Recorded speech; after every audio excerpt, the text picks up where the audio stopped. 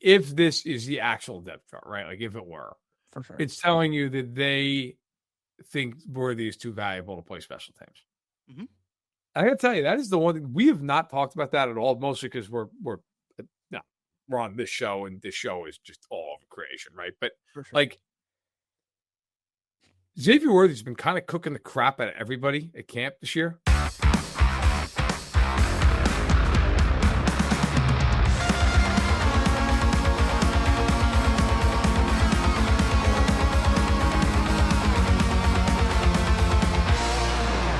It's That Football Show here on KC Sports over Tucker Franklin, hanging out with Matt Verderame for your Monday edition of That Football Show. We got a full week of Chiefs padded practices underneath our belt before we were talking about on this week's podcast. Super excited to thank you to our partners, Ben Holiday, Ball and Bomb Bourbon, Holiday Distillery, for making this show possible. Matt, how you doing? I'm good. I am enjoying life, getting ready to go out to Kansas City. I am. I'll tell you what I'm not doing. I'm not sitting online screaming about the Sydney Sweeney American Eagle. People are upset about that.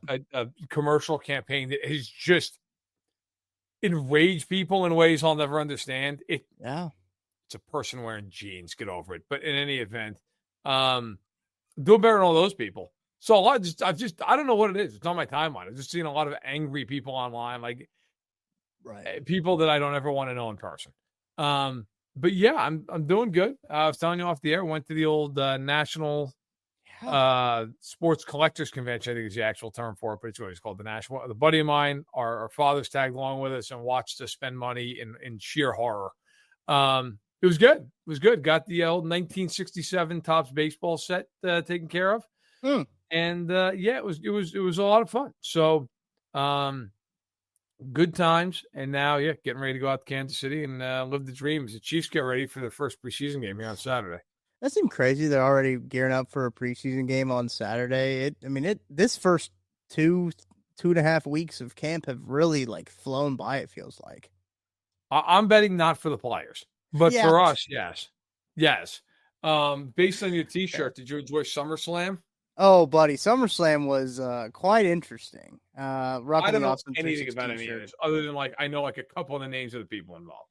Yeah, you probably are going to know some names of people involved because it seems like they're just going to be playing the hits for John Cena's retirement run this next 4 months. So, look, to be fair enough, dude. Nostalgia is a hell of a moneymaker. So I get it. I understand. How old is he? 48, I want to say off the top of my head. I have not Googled it, but I want to say that he is 48. John Cena, typing that into the Google machine, 48. That's sicko mode right there, knowing John Cena's age off the top of the head. But they brought back Brock Lesnar, who I don't know if you've paid attention to the news fairly recently. He's in a bit of hot water when it comes to activities. I have not. I honestly have no idea. Yeah. I don't know if WWE paid attention to the news either by the reaction of his involvement in some certain activities that also involve Vince McMahon. He was named in similar lawsuits, and actually the same lawsuit that Vince McMahon was named in. But Brock Lesnar was a surprise return on SummerSlam. Very interesting trying to sort through all of those feelings of how that was. It was a genuine shock and genuine surprise. I'm curious to see how they make it all play out. But yeah, big wrestling guy, big WWE guy. But they're going to play the hits, playing the nostalgia hits for John Cena's last retirement run here for the next 4 years or 4 months, I should say. And I think I'm in for a nostalgia run of bring him back, bring The Rock back so they do a little bit more. Randy Orton still wrestling, by the way. Randy Orton was a lot younger than all these guys, but Randy Orton, have him go out too with Randy Orton. That'd be kind of sick. But that's what they're gonna do. Okay. Yeah, I know nothing about any of this. I did not grow up being a big, a wrestling fan at all. But I went to college with a couple of guys who loved wrestling and would sit there and watch Monday Night Raw, and I would just sit there and laugh and make fun of them, but also sit there and watch it. I just remember who's the Shawn Michaels. Yeah, was big at the time. Oh, dude. And I used to just make so much fun of it, man. And my roommate would just anytime you could bring up Shawn Michaels just to give me a hard time about it. Yeah. Shawn Michaels, like there was all Triple H. Yeah, Triple He's H. He's now calling the shots. I know. He got married to McMahon's daughter, right? Yeah, Stephanie. Yeah, that's right. Yeah, because I've seen the Mr. McMahon documentary, like Stephanie. Oh yeah. Mm-hmm. This is obviously not about football. We'll transition to football. I promise. Yeah, we'll get there. They'll be okay. Stephanie and Shane, are they in the business now? Shane. Yeah. So like Shane, not really. Stephanie was there at SummerSlam tonight when we were recording this on Sunday. We'll peek behind the curtain, I guess. But Stephanie was there and she just announced the attendance. But like the McMahons don't really have anything to do. I believe Vince sold his like majority stake in WWE. It's owned by like TKO, who like The Rock is the chairman of the board for that holdings company. So they still probably pull some strings in WWE, but I mean, they tried to distance themselves from the McMahons as much as possible after that whole lawsuit came down with Vince and everything like that. But apparently not distancing themselves from Brock Lesnar, who was also named in that lawsuit. But look, maybe the background check came clean on Brock. Who knows? I don't know at this point. But I have no idea what else happened. Look, if we're relying on the WWE to be a compass for moral high ground, I think that we've lost the plot. If you're relying on the WWE to be your moral compass, but nevertheless, I had a good time enjoying the show. Last thing on the WWE, my mom actually has started watching the WWE Unreal docuseries that they have on Netflix. I've heard it's very good, very very high praise. It's very, very much a behind the scenes look at the WWE. So my mother. Shout out to my mom, Nicole. She is all into the WWE right now. So she called me. She's like, you got to come over for night 2 of SummerSlam. Because I was watching it here at the house, And she's like, you guys got to come over for dinner and watch SummerSlam with us. And I was like, yeah, I mean, sure. It's the same mother that wouldn't let me watch Raw without her watching it first. Before they'd have to like DVR it, right? Because I was in 3rd grade and I wanted to watch wrestling. And she's like, well, let's make sure that we watch it first before you. To make sure. And I never understood that at the time of why they wanted to do that. But then like I go back and I watch a lot of these like early 2000s like wrestling documentaries, like what they were doing. I was like, okay, I fully understand why they wanted to watch what was happening before then. But my mom was super into it and she wanted to watch wrestling with me. So that's what we did. To SummerSlam night 2 is my mom and my dad, and shout out Tara for enduring it as well, because Tara was also involved. She doesn't necessarily care for it, but we all watched SummerSlam together. Well, good for all you guys. I'm glad. I didn't see it, but I'm glad that you guys got to part. One of these days, I'll just sit down and have like a 12-pack and watch Raw and just really just dive in full steam ahead. It's like perfect. Like reality TV for boys is really what it is. It's just guy reality TV. I mean, it's what it is. It's mindless watching. It's crazy athleticism, bunch of hell yeah core stuff. And you just like see it and you're just like, that's sick. I like that. And it's just stuck with me since I was a kid, I guess. I've just never grown out of it. But another thing I've never grown out of, Matt, is getting pissed off about things that don't actually matter. Well, that's key. Because that's my entire life. We should just name the podcast this. Like, I was going to say, let's make a new segment called Let's Get Pissed Off About Things That Don't Actually Matter, but we talk about the NFL 100 every week, every episode. So, I mean, we just do that already. Yeah, that's true. Well, I know what you're headed toward. You're headed toward the unofficial, which they are always just adamant about, making sure it's unofficial. The unofficial depth chart that the Chiefs bestowed upon all of us about an hour before we started recording this podcast. Yeah, look, and it is. I certainly hope it is unofficial by some of the markings on it as well. And basically, we were just gift wrapped a content topic for us to talk about. As Chiefs, as I mentioned at the top of the show, they did have 3 padded practices since the last time we recorded, and they had a walkthrough on Sunday. They're gonna have a day off on Monday. But nothing a whole lot happened in those padded practices. Justin Simmons, still a dog, still fighting guys. I saw some people worried about Justin Simmons fighting people. I disagree. I think that's awesome. Let him fight the whole team. Yes. Someone was saying like, oh, this is going to come back and fight. This is going to come back and bite the Chiefs. Because what if he does this in a game? Obviously not going to do it in a game. It's practice. How many fights? Like actual, not like some guy shoving a guy. Like, right.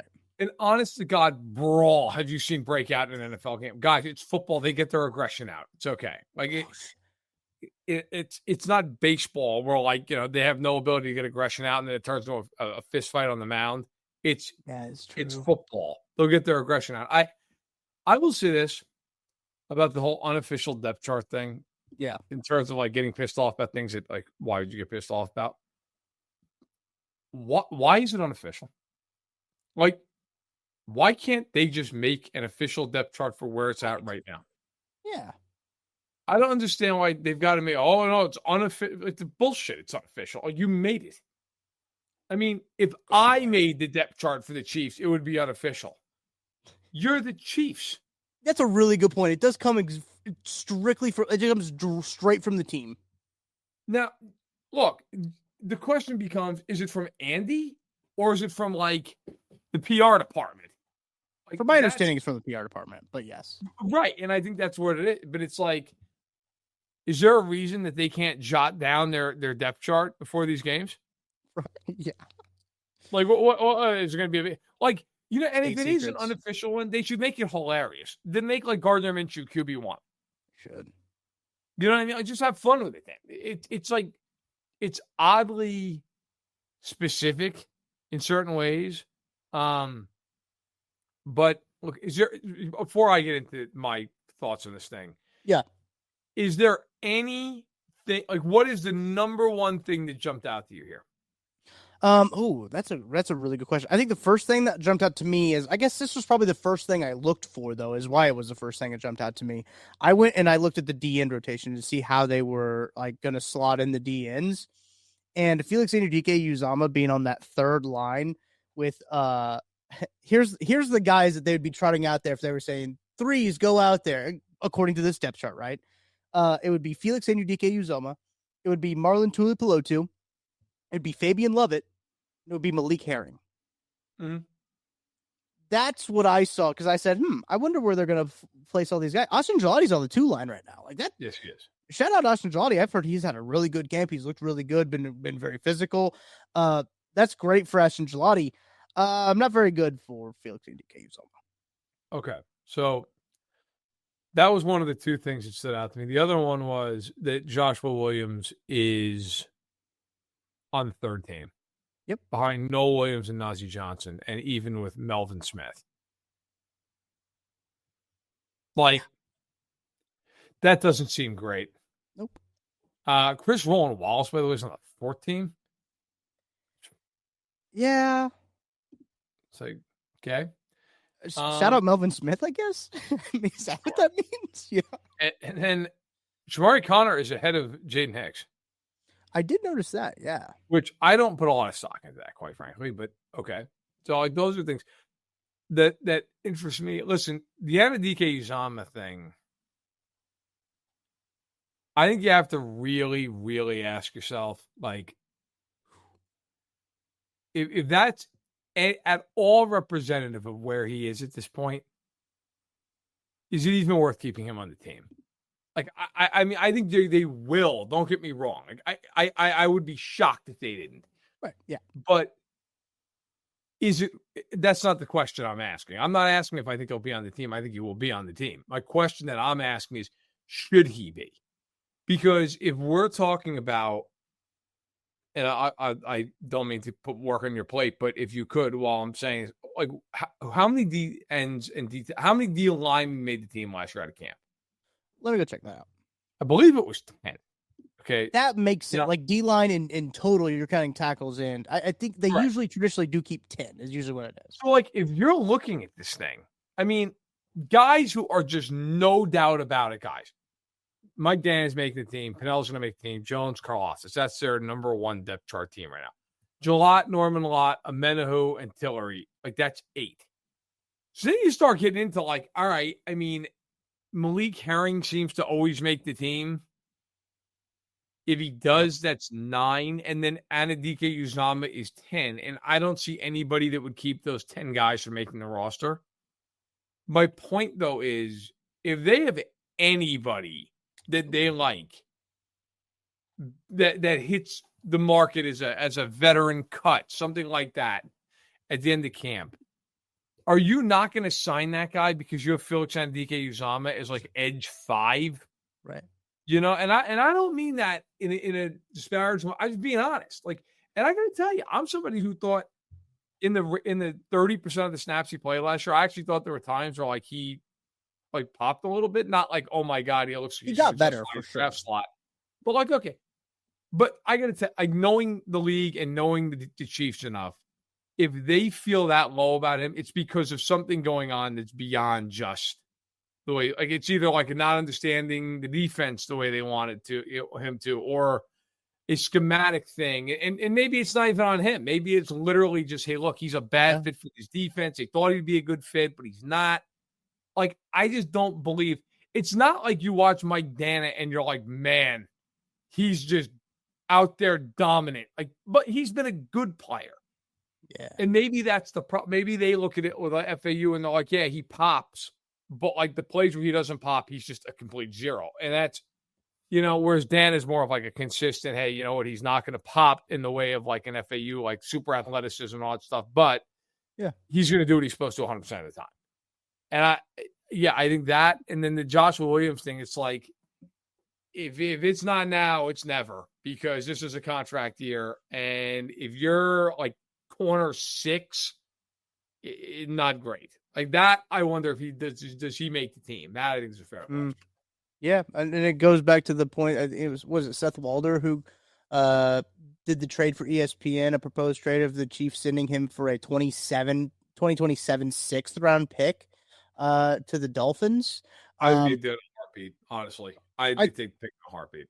I think so, but then like you get a little worried about the depth of that room already as it is. You want some bodies out there. Especially, you don't know how long Christian Fulton's going to be out, too. I guess we don't really know with his knee cleanup how all that is. But. I mean, hell, the Dolphins, you talk about depth in a room. The Chiefs might be able to finesse a first-round pick out of him. Good Lord, yeah. Storm Duck looks like he's about to captain the room, and Storm Duck sucks. He's bad. Storm Duck is about to get a lot of run. Yeah, he is. Back to your point about the offensive line. Defensive line, excuse me. They kept 9 defensive linemen last year. Which is interesting. I mean, Omenihu would have started on the pup, so I mean, it wouldn't be like that they were anticipating him to come back, and that's why they were doing some like a final roster, because they do that finagling sometimes, right? With like they'll keep this guy, but then one guy's injured, and then they'll activate him, all that kind of stuff. Let me read you the guys that they kept last year, by the way. Felix, Mike Dana, Malik Herring, Chris Jones, George Karlaftis, Derek Nottie, Mike Pennell, Cameron Thomas. Remember him? How do you remember the Chiefs Cameron Thomas era? And Tershawn Wharton is who they kept. Those were the 9 defensive linemen that they kept. If they only keep 9, Felix is certainly on that bubble. It comes down to it. Malik Herring, as you mentioned, Nate, or I said Nate as I'm looking at a Nate Taylor tweet. Matt, as you mentioned, he's been on this team. Like, they've kept Malik Herring around way longer than maybe they should have. I don't know, but like they like what they see from Malik Herring, obviously, because they seem to keep him around. That defensive line is going to be interesting. I think these preseason games and these snaps that Felix are going to get in the preseason is going to be interesting. Can I talk to you? I know you brought up Josh Williams. That's a great point. That one didn't catch me at first. I'm glad you brought that up about Noah Williams as well. The other thing that caught me is about wide receiver. Sky Moore looking like he would be wide receiver 6 at this moment. When you look at the 2-3 lines, he would be on that 3 line with Tyquan Thornton. Curious to see how that all shakes out in the wide receiver room right now. The 6 wide receivers. I'll say before I hand it off to you, Matt. Xavier Worthy, Rashee Rice, Hollywood Brown, Juju Smith-Schuster, Sky Moore, Tyquan Thornton. Those are your top 6 wide receivers. Nico, outside looking in. I honestly, Matt, I think I'd be shocked if Nico doesn't make the roster the way Dave Tope talked about him. Oh, he's going to make the roster. I've said this all season. He is. Yeah. Remigio is going to make this team. I mean, he by the way, is also listed as the top punt and kick returner. Yeah. He's going to make the team. And then Royals is listed as wide receiver 8. He's making the team. So, right. I mean, look, here's the rub with the receivers. This is really simple. Let's assume Rice is not on the week 1 active roster. Okay? Let's assume he's suspended. For sure. If they then keep 6 receivers for week 1, you're looking at Worthy, yep, Royals, Brown, Juju, Remigio, and then number 6, it's going to be Sky Moore, Tyquan Thornton. They're not keeping them both. They're not keeping 7 receivers with both of those guys. They're not. Right. So then you get into like, okay, then here's the other question. When Rice comes back, do they stick with 7 receivers or do they cut whoever it is out of Thornton and Rice or Thornton and Moore that made the team? That's a good point. And like, to me, I know that this show doesn't exactly have objectivity when it comes to Sky Moore. Like, I get it. It's become like a running bit. Yeah, we've made our bed. Yeah. But I say this in all sincerity. I felt like coming into the camp that if Sky Moore was going to make the team, he was going to have a noteworthy camp. Yeah. He did not, and now he's hurt. And I just think if you're sitting there, if you're Brett Veach and you're Andy Reid, what argument is there to keep Sky Moore on this roster?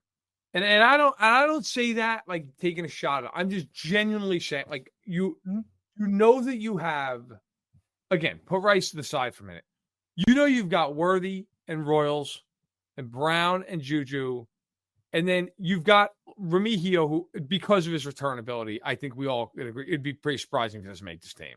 Right. So if you got those 5 guys, like, if you want to argue you'd rather have Sky Moore than Tyquan Thornton because Thornton's been hurt and completely ineffective throughout his career, that's fine. Like, I'll hear that. Yeah.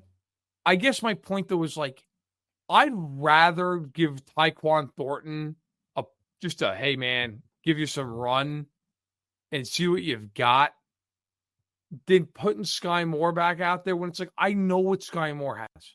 I have seen it for years. Like, there's nothing there for the Chiefs. There's not at this point. The only argument for Sky Moore that I could possibly give you over Tyquan Thornton. So Sky Moore in his career has not been a guy who's played a lot of special teams, but he's played 55 snaps on special teams over his career. It's a minuscule amount, but he's played 55 snaps. Yeah. In the regular season. Do you know how many regular season or postseason, for that matter, special team snaps Tyquan Thornton's played in the NFL? It's got to be single digits, if any. It's 0. Okay. That's a single digit. So that's the only argument to me. Is just, hey, man, you know what? We want another guy who, if we need him on teams in a pinch, we can do it. But it's not like you're playing more on special teams all the time now. Right. He's never out there. So it's, I don't know, man. It's a weird, it's just a hard argument for me. If he was a big teams guy, like if he played a lot of special teams, for sure. Okay, that matters. It makes a big difference at the bottom of the roster, but he doesn't. So yeah, I would go with Thornton and go with 6 guys out of camp, and then when Rice comes back, look, then you make your determination. If Thornton's done absolutely nothing, just cut him. If he's shown you something, then maybe you cut your 4th tight end, or you cut a back or something, whatever the case may be, and you go from there. Yeah, it's an interesting note. It did notice too. We should give the people the injury update too. Jared Wiley, Drew Tranquil, Christian Fulton, Dion Bush, Hollywood Brown, and Jake Briningstool didn't practice for the Chiefs on Sunday. Hollywood Brown is making progress. You're not pushing the panic button on Hollywood Brown yet, are you? No, I'm not. I mean, it's August. As we're recording, it's August 3rd. I mean, if he's not back by like August 15th, I'd be like, what? Something seriously wrong with him. I might just be paranoid about Hollywood Brown is all. No, listen, he's had an injury history, but my point is, like, it's a time of the year. I don't care if some guy misses a week. I just don't care. That's fair. I'll tell you one thing, not to get off topic here, and I don't mean to, we don't have to like go off topic, but if I were the Bills, I'd be getting to a point of like serious concern, Bills, because, and I want to be clear, not like, oh my God, are they going to be able to hold off the hard-charging Dolphins in the AFC East? Like, they'll be fine. Yeah, they'll be fine there. But Khalil Shakir is out now, what is expected to be about 4 to 5 weeks with a high ankle sprain. So he's going to be gone for the duration of the summer, maybe even miss the week 1 game against Baltimore. Maxwell Hairston, their first-round rookie corner out of Kentucky, has an LCL sprain, and he is week to week, and it looks like he's probably at least going to be out till right before that week 1 game, if not even into the regular season. that injury worries me a lot more for Buffalo in the sense that he is a rookie who needs to get snaps. He was struggling in camp before he got hurt. Now he's hurt. And now it's like, oh, I've read a lot of articles out of Buffalo. It's like, well, they've got Tre'Davious White back. It's like, I got to tell you, Tre'Davious White was a great player. If your answer to this is we've got Tre'Davious White, like, yikes. Okay, that's not. And meanwhile, by the way, Dallas, I've seen articles out of Dallas like Kyrie Elam looks good. It's like, okay, great, go watch the AFC Championship game. I mean, those are real interests. Then you got James Cook holding out now, saying, hey, pay me, essentially. Yeah, crazy. He's just his response of business, incredible. By the way, no, it's great PR. Yeah, I mean, but you look at the Bills have injuries all over the place. They've got a lot of guys. I mean, Cole Bishop's hurt. He's been dealing with stuff. Curtis Samuel's been hurt a lot of. I mean, they are. Josh Palmer now out too. Dude, they're beat up, man. They are missing a million guys. So, look, it's the time of year that if you're going to be a little beat up, like this is the time. Yeah. But also, if you're the Bills, you can't afford to have some, crappy start because you're missing guys because, you'll win the division, but you'll be the third seed. That's Tyler Bass is also hurt too. I was just doing a little bit of research into this. What the hell happened to Tyler Bass? Pelvis. Shout out Tyler Bass, man. You know what? Tyler Bass, congratulations. There's a lot of jokes that I'm not going to make. Okay. All right. Sorry. Back to the. That's a rare one on the old injury report there. I've got a couple more notes. Yes, we gotta quickly deviate away from pelvis before we get the show canceled. Got a couple more notes to talk about. Brashard Smith, second team punt return and kick returner. I saw that. Yep, as interesting. Offensive line, I think what we anticipated for the starting offensive line. It's Simmons at left tackle, Kingsley at left guard, Creed at center, right guard is Trey Smith, and Juwan Taylor's right tackle. Another note on that, Nate Taylor reported this. Juwan Taylor talked about this on his press conference on Sunday, that Juwan Taylor, this is from @by Nate Taylor, ESPN's Nate Taylor, of course, and Nate Taylor of Only Weird Games as well. You can hear on this fine program.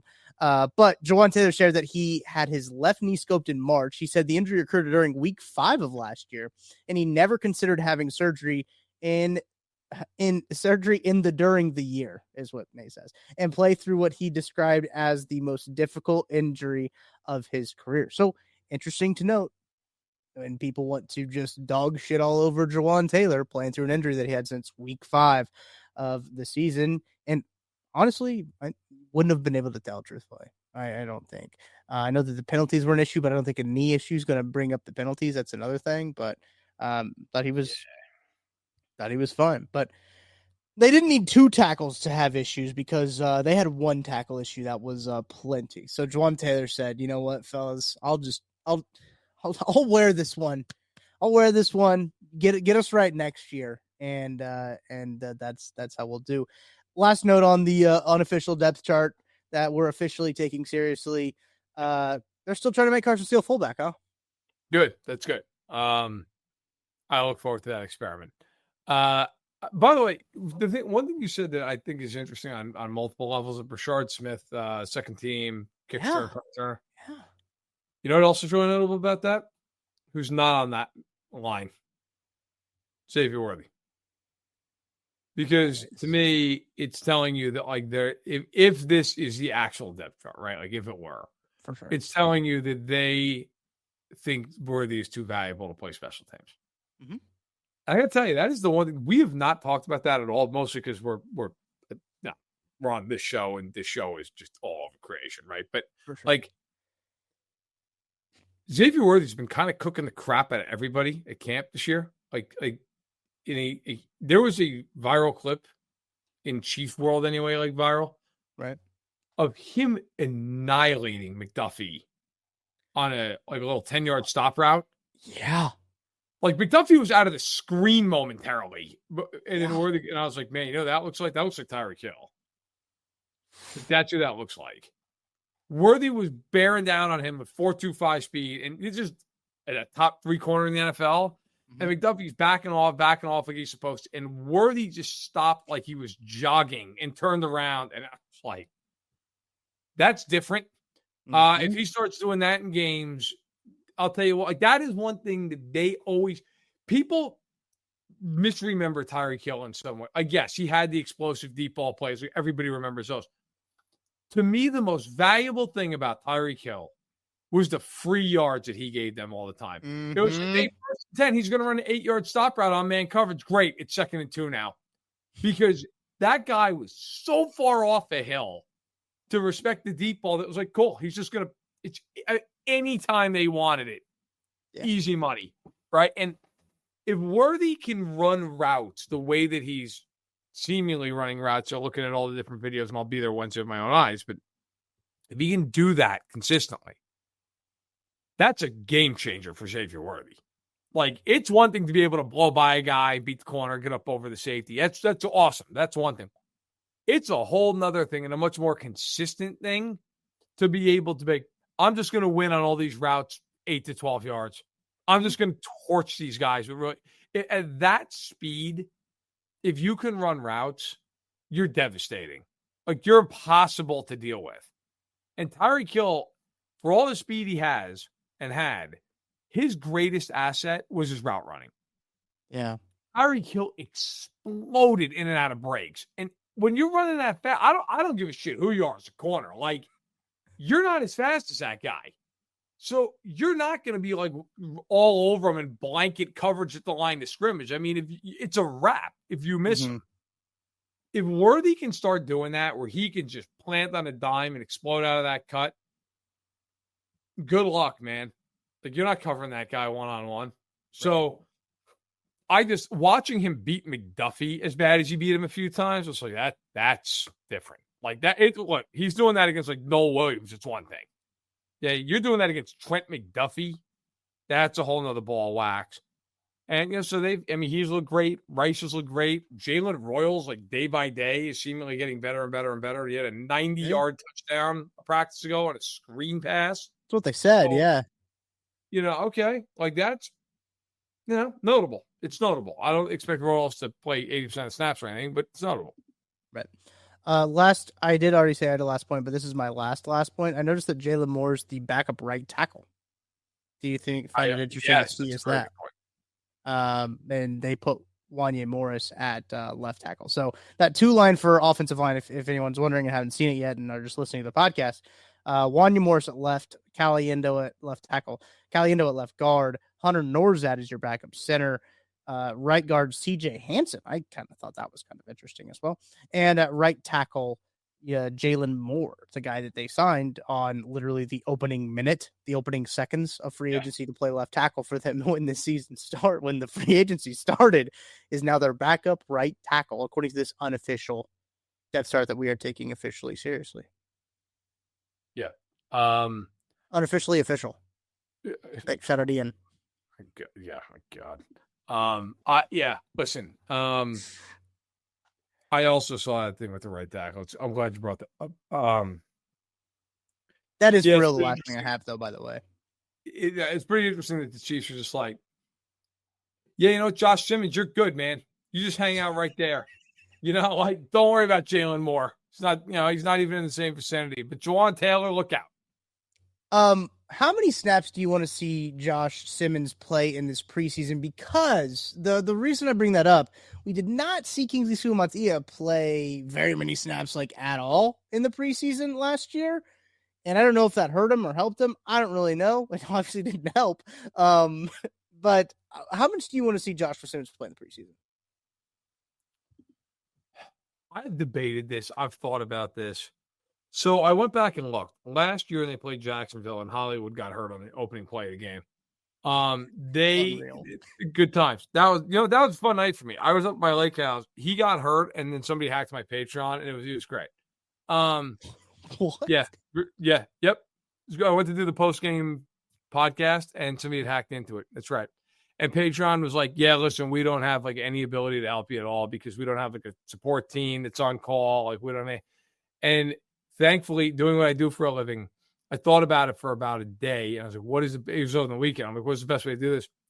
I figured out what like the emails were for the people that work there. Yeah. I emailed like the founder of the company and was like, let's see what happens. And to that guy's credit, he immediately got back to me and fixed it. Wow. Nice. And he's like, yeah, here's our anti-hack team, blah, blah, blah, blah, blah. I kept all their contact info. I'm like, all right, thank you. Yeah. So anyway, yeah, weekend sucked. Only thing that was good was a beer fest was there. And boy, howdy. Let's just say it's coming back for another year. They're like, what? That town wanted to drink. Turns out just one guy. Yeah, it's just he was the only guy showed up. Everybody made a profit. Yeah. So in any event, I went back and looked. The starters played one drive.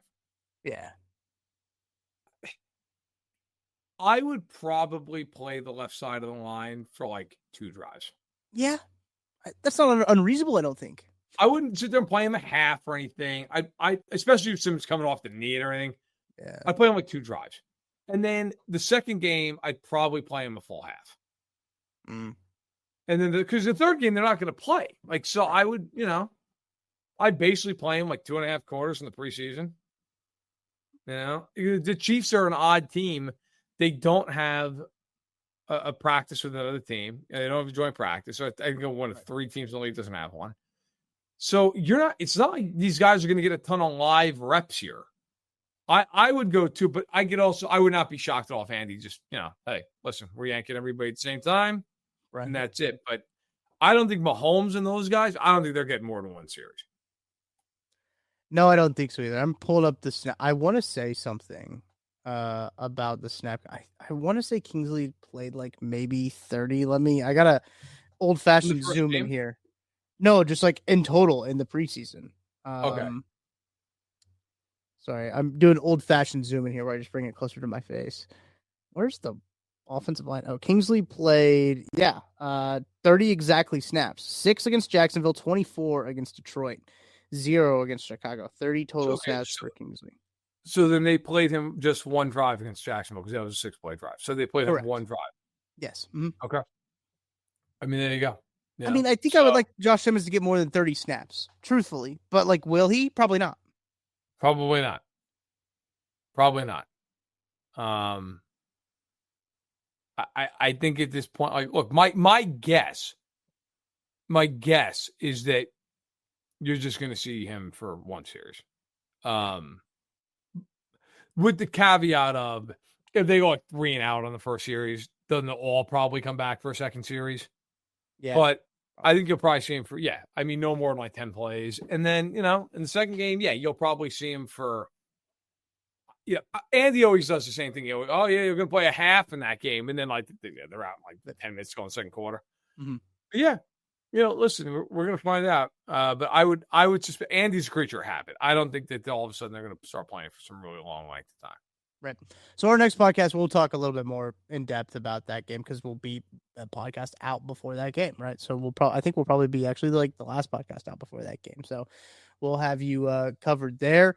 And then we're going to have some schedule changes, obviously, with those preseason games going on Fridays. So we're not obviously going to record a podcast on Friday. We'll probably go out on Saturday, I would assume, is how we'll do that. But we will make sure we get you guys your fix. But coming up, we got some quick hitters. Some stuff was happening around the league. Former Chiefs camp legend hangs it up. We got to talk about that, man.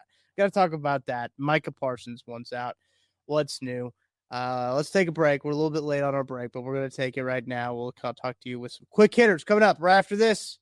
Chiefs. Looking for tickets for your next event? Tickets for Less is your #1 source. Save big on every purchase when you use promo code KCSN at ticketsforless.com. Just a short drive from Kansas City. Experience the history, the heritage, and the bourbon at Holiday Distillery. Tour Missouri's oldest distillery, where real Missouri bourbon is made the old-fashioned way. Walk the grounds, taste the tradition, and take home a bottle of something special. Make the trip, sip the story. Holiday Distillery, Weston, Missouri. Book your tour at holidaydistillery.com. I'm BJ Kissel, founder and CEO of KC Sports Network. Emprise Bank has been with us from the beginning. They were our first network partner, and they believed in the vision of what we were building from the start. I can't speak to any other banks or companies and how they operate, but I can tell you from personal experience and based on the growth of the network you're listening to right now, that if you have banking needs, call our friends at Emprise Bank. We've worked with so many great people there over the years, from Vicky and Aggie to Andrea, Lori, Jackie, Deb, and Aaron, and not to mention so many others that not just supported KC Sports Network, but supported our KCSN Foundation as well. But the best thing that I know is that if I have a question or a problem, no matter how dumb the question is, I know who I'm going to call and who I'm going to talk to, and I know that I'm getting an answer from someone that I can trust, and I know that person is there to help us. That's why Emprise Bank has always been and continues to be our partner in Possible, and they can be yours too. You just have to reach out. If you have a banking need, whether it's business or personal, hit me up. I will connect you directly with the same people that have helped us build KCSN. And that's our friends at Emprise Bank. Folks, nothing beats hanging out with the boys on a hot summer day and watching some baseball. And the simplest way that you all can get in on the action is to download the Pick 6 app from DraftKings. It is crazy simple. Just pick more or less on the stats for 2 or more of your favorite players, and boom, you're in the mix for big cash prizes. And the best part is, Pick 6 is available right here in Missouri. Don't miss out on the fun. Don't settle for a smaller payout. Switch to Pick 6, and right now, new customers can get $25 in bonus picks with their first deposit of $5. Here's what you got to do. Download the DraftKings Pick 6 app now and then use code KCSN. That's code KCSN for new customers to get $25 in bonus picks with their first deposit of $5. Better payouts, bigger wins, only with Pick 6 from DraftKings. The crown is yours. Gambling problem? Call 1-800-GAMBLER. Must be 18 plus. Age and eligibility restrictions vary by jurisdiction. Void where prohibited. New customers only. Minimum $5 deposit. Bonus picks expire 168 hours after issuance.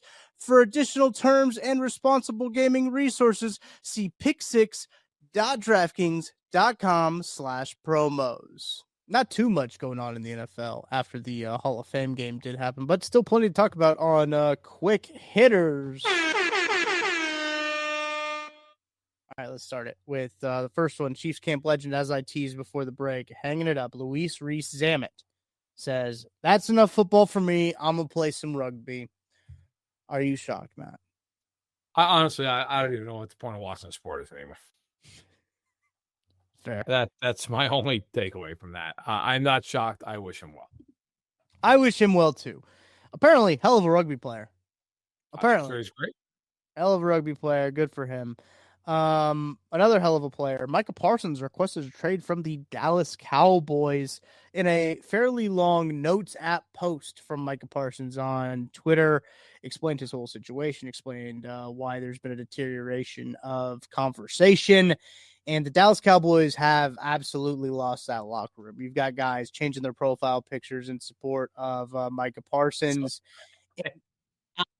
It's bad. It's not good going on in Dallas. He officially requests a trade, and then Jerry Jones tells fans not to lose sleep over it. Dude, you know what? We have to stop saying that the NFL is a 32-team league. The NFL is a 31-team league. I mean, it's just they're not. We always use this term in our lexicon. They're not serious. But they're just an unserious franchise. They're not right. They don't. Look. I don't know. I'm trying to think how I can word this without being completely unprofessional. I don't know how else to say this. He doesn't give a shit if they win. He just doesn't care. He doesn't care. I don't know. I feel like that's probably not the way SI would want me to write that. But I don't know how else to say it.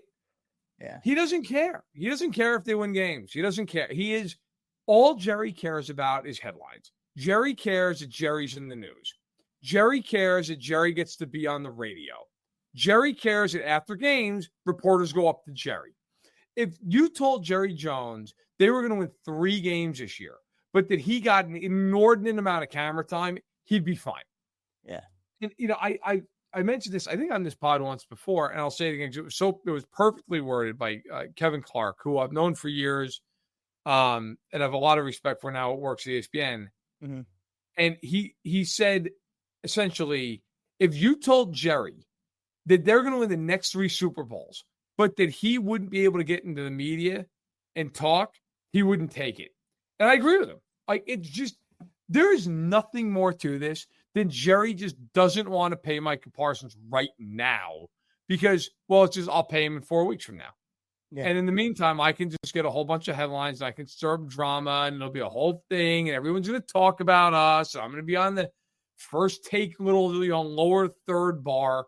And that's what it is. I don't think Micah Parsons is going to get traded. No. I mean, look, I've learned in my life and in my career, never say never, but I think he's going to get traded now. Because Jerry's going to cave, and Jerry's going to pay him $44 million a year or something. And that's going to be the end of it, right? But if I'm on that team, even if I'm a well-paid guy like CeeDee Lamb, for example, who spoke out, I'd be like, what the fuck are we doing? Like, are we trying to win games, or is this just like, as the world turns with Jerry Jones? And I got to say, it's the latter. It's the latter. They don't care if they win. The players care. The coaches care. Mm-hmm. Jerry doesn't give one iota if they win a game or not. It's all about Jerry. And I really think at some point it's a disservice, not only to the fans, but like to a degree, even like the league. Like it really is. Like, do you care at all if you win a football game? It's just, it's very. And I know somebody said to him he'd get all bent out of shape. That's tough. It's true. That's the truth. He doesn't give a damn if they win. Right. And I don't know, man. If I were Brian Schottenheimer, I would really think about publicly defying him about it. What is he going to do? Fire him? Right. What are you going to do to me? I don't care. Like, I would come out and be like, it is ridiculous. We need to get this guy signed, and our owner needs to handle it. I mean, and then he took a shot at, like, Jay-Z, like, randomly, like, at, like, Rock Nation Sports. Did you see that? I did not see that. I'm not surprised, though. He was talking about, I want to make sure I'm right with this, but he was talking about a previous negotiation that he had that he was pissed about. Here, I'll pull it up because I don't want to speak way out of turn here. Okay, so yes, it was about with Des Bryant. Okay, that's right. Okay, I do remember seeing this now. Yeah. So via Nick Harris of the Fort Worth Star-Telegram, this by Pro Football Talk, Jones had this to say about Bryant and Jay-Z, quote, when we have a problem with the player, the agent is nowhere to be found. Jay-Z said that Dez would make all meetings, as if Jay-Z is going to drive in the fucking building. Right. Yeah. Jay-Z negotiated the contract, spent hours. He said, anybody in my organization is on time. He said, my office used to be on the street corner, and I've always been early, so they will be on time. And what did I say? I said, I'm going to call you when I have a problem. He quit taking my call. And then Dez shot back at him. Yeah, basically like, don't start talking and we'll see what happens. And then Rock Nation Sports put out a statement, and it ended with the claim that Mr. Carter or Rock Nation representatives did not return a call from Jerry Jones is not only a false statement, but is also a comical one. Okay. And then I got to say, Mike Florio makes a good point. At the end of the article, he said, setting aside the question of how Jay-Z was directly negotiating NFL contracts without being licensed by the NFLPA to do so, the currently salient point is this. Jerry Jones, in trying to put out the fire arising from Parsons requesting a trade, may have accidentally turned the hose on a couple of hornets' nests. Well said by Florio there. I really genuinely think it's time for Goodell to get on the phone with Jerry Jones and be like, listen, Stephen Jones is running the team now. Yeah. It's over. Like, it's over. And if you don't want him to run the team, then sell it. But, like, this is embarrassing. This is like when Al Davis was, like, at the end of his time with the Raiders. And you just, like, you honestly got to a point, like, even if you're a Chiefs fan, like, you felt bad. Like, oh, my God. It's like, this is sad. That's kind of what we're at now. It is. It's crazy to me because there's legitimately no logical reason not to pay Micah Parsons. Zero. Like, there's he's old. No, he's 26. I mean, he's 26 and he's on the last year of his rookie deal worth $24 million. That guy, by the way, during his rookie deal, 4-time Pro Bowler, 2-time first team All-Pro, has at least a dozen sacks in each of his 4 seasons. He's been a perennial Defensive of the Year candidate as well. So, I mean, look, there's zero reason for Micah Parsons to not be a Dallas Cowboy, for anyone to really want to pay Micah Parsons. So, like, it doesn't make any sense why, other than the headlines reason, right? Why he would want to betray trust of a player, where in his statement, Micah Parsons' statement that he posted, this is a part of it. He said, "I stayed quiet, but again, after repeated shots at myself and all the narratives I have made, a tough decision. I no longer want to play for the Dallas Cowboys. My trade request has been submitted to Stephen Jones personally." I think Micah Parsons has handled this the right way, truthfully. Like, I think he's done everything right in this situation. I think him and his, he explains how Jerry Jones tried to have, like, backdoor conversations with him without his agent near, and like there probably should be some ramifications for teams trying to do that, but the NFLPA right now is a skeleton and generally a joke as an organization. So nothing will happen, right, to the Dallas Cowboys for trying to do that. But yeah, that story is one of those words, like, it legitimately makes no sense other than what you mentioned, Matt, for headlines and for attention. Like, that's literally all it is for. All right. A couple more here. Commanders approve. There's a new approval for a stadium in DC. I thought that was interesting for the Commanders to move back to DC. That legislation was passed. They cleared another hurdle with preliminary council approval for the Commanders' hopes to return back to this former site of RFK Stadium. We'll see what that comes. Stadium podcast here. We'll keep you guys up to date. There are a couple of extensions, too, by some defensive linemen. Zach Allen extended by Denver. We got a huge payday for Zach Allen. 4 years, $2 million. Shout out to Zach Allen. Really good year last year. He's been a pretty solid staple for that Broncos defense. Gets 4 years, $102 million, Matt. Yeah, look, I mean, he was entering the last year of his deal, and he's been a nice signing. They got him from Arizona. Yeah. And he's played well. I mean, last year, he was awesome last year. He had, I mean, he had an all-pro level year. So I have no problem with that contract. Listen, he's 27. He'll be 28 here at the end of the month. But he was a second-team all-pro last year. Had 40 quarterback hits, 8.5 sacks. Like, that'll work. That'll do it. That'll pay, right? So, I mean, in the end, the only concern is just, like, can he keep up that level of production? Because that was, like, by far his best year. Yeah. But if you can even be near that, that's good. Also, Zach Z, I think you say it's Sealer. 3-year, $64 million contract extension for him. Another defensive tackle getting some money. That's $44 million guaranteed as well for Sealer there for the Dolphins. I believe he was a D2 walk-on. Incredible story Sealer is to now getting paid a multi-year extension where multi-millions of dollars that will probably set up him and his family for a very long time. So it's very cool to see stories like that. He is a terrific player. 10 sacks each of the last 2 years. And he turns 30 in September. So he got got paid just in the nick of time. Look, the Dolphins, I mean, on one hand, it's like that's a good deal. On the other hand, it's like, how many big contracts you're going to hand out to guys who are like at the tail end of their primes? But, I mean, why not keep the train rolling? But good for Zach Sealer. I mean, money well deserved on his head for sure. 100%. Last story we got here. There was a Hall of Fame enshrinement this weekend. Jared Allen, Sterling Sharp, Eric Allen, and Antonio Gates all enshrined into the Pro Football Hall of Fame. Jared Allen, I'll always be a little bit partial to Jared Allen. I know that, like, he was it's tough for him to get traded. I've talked to him a few times. He never really wanted to get traded from Kansas City. I don't think that was handled all very well. And the 08 Chiefs, nothing was handled well. It's a great point. And as I continue to do research on the 08 Chiefs, boy, howdy, did they have a calamity of things happen to them. You might be wondering, well, Tucker, why do you keep talking about the 08 Chiefs? I spent a lot of time on the Wikipedia page and the Pro Football Reference page, and I would like to admit for it. Because deep down, we're all in pain. Yeah, right. Yes, I'm a sucker for pain. I am always partial to Jared Allen, so I like that he had his Mullen in there. I always will think of him as a Chief.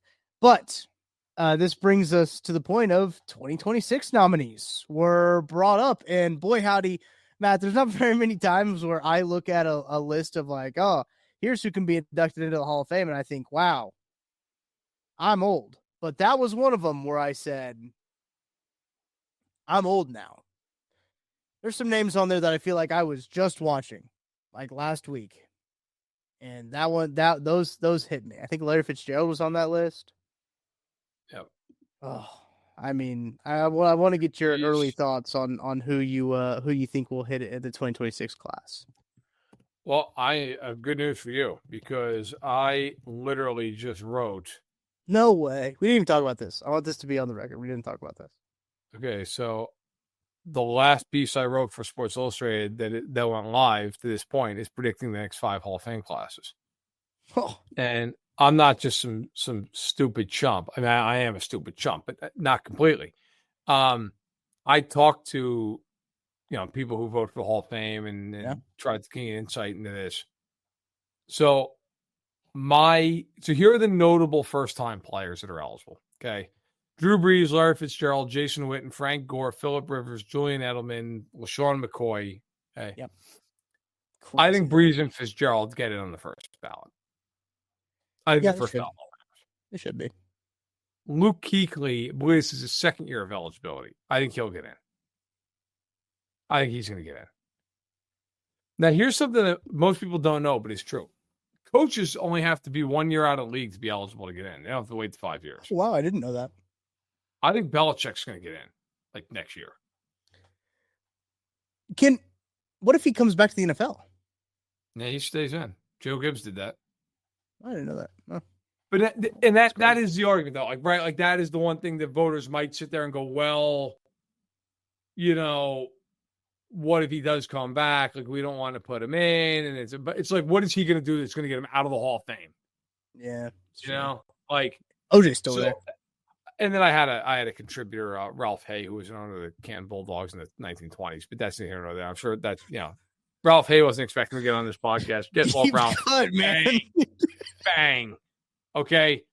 So that was my class with the acknowledgement that Belichick, look, he's obviously going to get in. It's just kind of a matter of when. Yeah. Here's the thing, though. Okay. So real quickly, so people understand this, because this point was made to me multiple times. The NFL, the Pro Football Hall of Fame changed the rules, I think, a year ago on how they vote to get guys in. It makes it really hard to get in. Like, you have to have 80% of the vote, okay?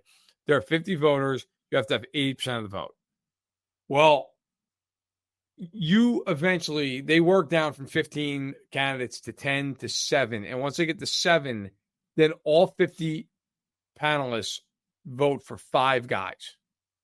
So if you do the math, okay, 50 panelists, they have 5 votes. Yeah. So we're talking 250 total votes. All right. Let's assume Brees and Fitzgerald are seen, and they probably won't be because it's the way the world works.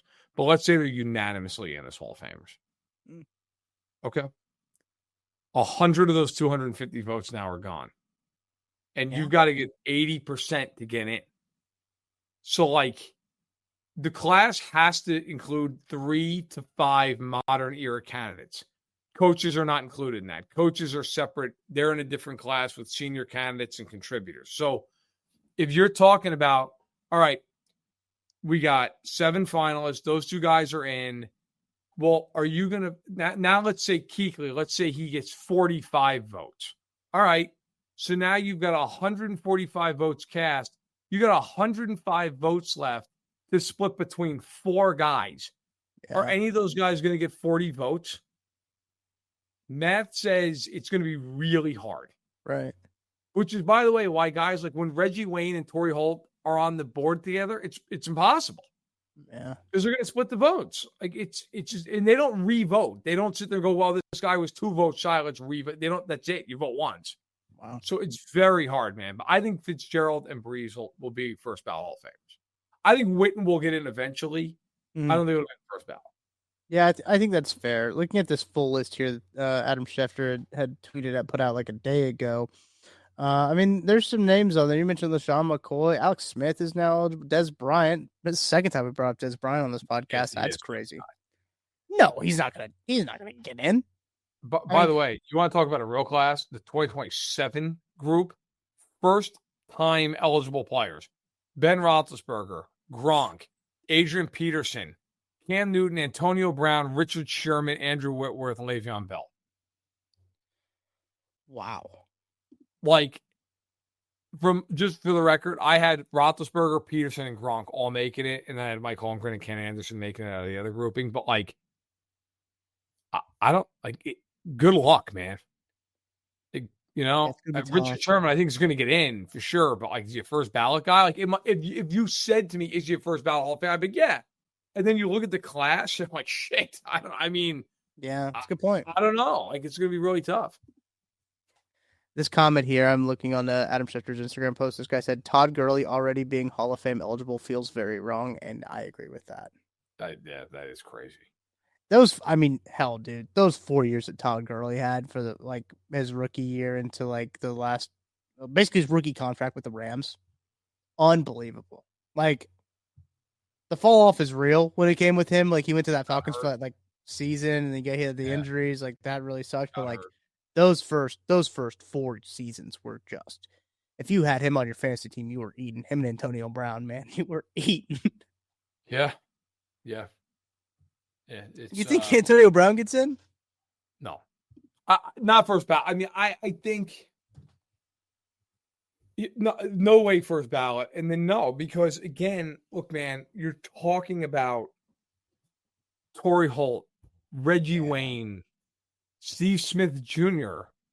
Like, those guys can't get in, man. And like, the more logjam you add to it is just like, do I think Antonio Brown is deserving on merit of being in the Hall of Fame? Yeah, but also too, if he doesn't get in, Antonio Brown's got nobody to blame but Antonio Brown.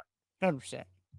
That guy destroyed any kind of goodwill, legacy, and stuff the way he acted and behaved. Like, honestly, if I was a Pro Football Hall of Fame voter, I'm not one of these, pearl clutching holier than that. I'd be like, look, am I putting in him or Torrey Holt? Torrey Holt. Am I putting in him or Reggie Wayne? He would just go to the bottom of the list for me, and it would be like, that would kind of be the tiebreaker.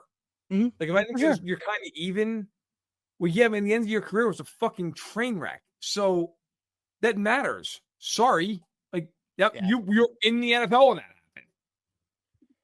happened. I don't know a whole lot about just Hall of Fame voting process. You obviously know a lot more than I do when it comes to that. How long are players eligible, or once they're eligible, are they always eligible?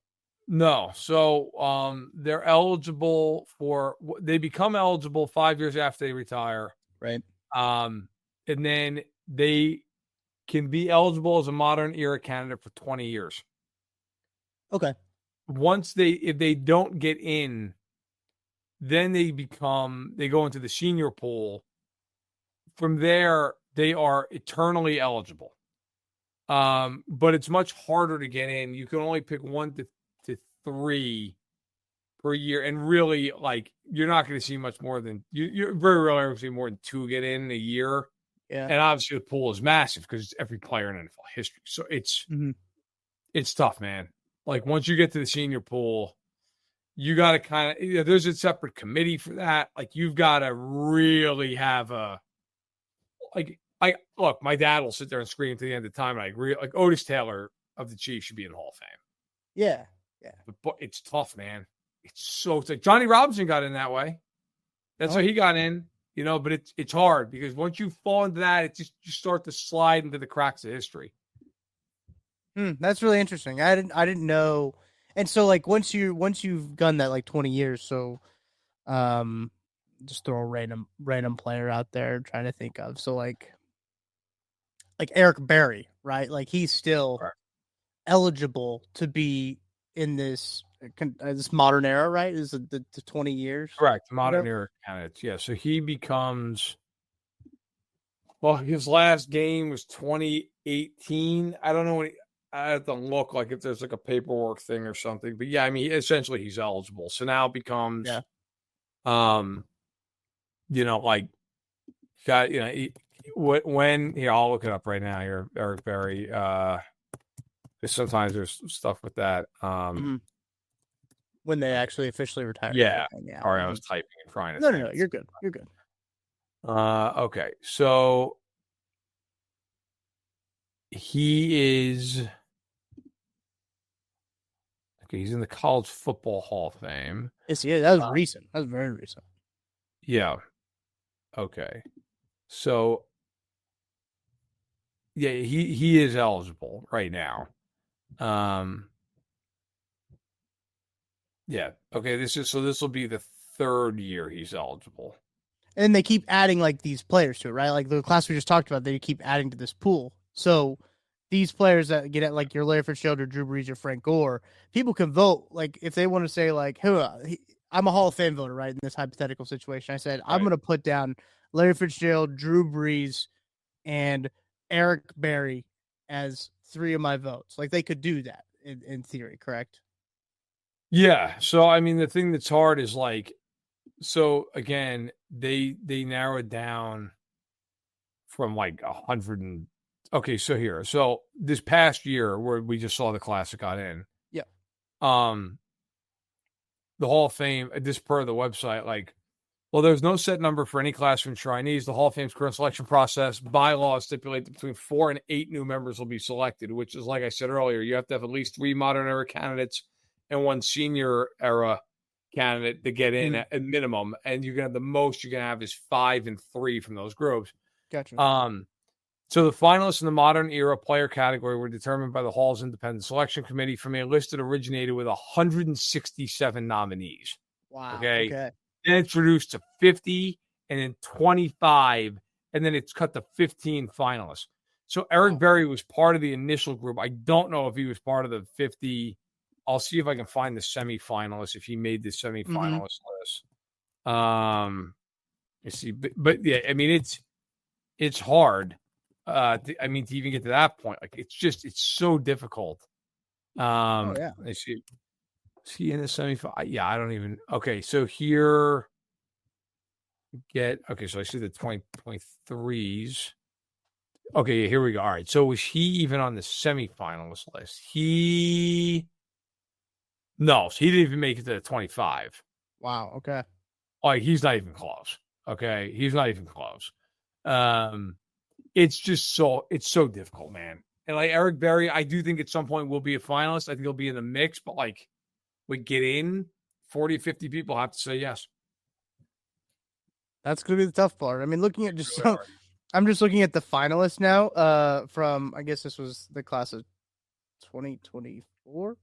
I mean, there's some dudes on here. Like there's some guys that you would certainly think deserve to be Hall of Famers that are getting left off. So yeah, it's interesting. I've never really known the process really of how they go down to it, and them changing it the past couple of years from what you said does make a little bit of sense of maybe adding to my confusion a little bit more of how it's gone down, how it all happens. But yeah, it's going to be something to watch. A lot of good guys coming up. A lot of the era that I especially grew up watching and kind of fell in love with football with. You're now seeing those guys become eligible for the Hall of Fame, and that gets crazy as the passage of time marches on, man. I mean, tough. Yeah. All right. I think that's going to do it for that football show, taking you into officially a game week for the Kansas City Chiefs. That's kind of crazy to think about. But we will be back on Friday to talk about that game against the Arizona Cardinals. I got some West Coast swings going on for their preseason games. I know. Super stoked for this Friday 9 p.m. kickoff when it comes to the Seattle Seahawks on week 2. That's going to be quite a doozy on the post-game show that we're going to have for you. But that's going to do it for this episode. Thank you to our partners, Ben Holiday Bottled in Bond Bourbon. For Matt Verderame, I'm Tucker Franklin. Thank you for listening to That Football Show. We'll be back on Friday with another episode. Hit that like, hit that subscribe so you don't miss out. And we'll talk to you then.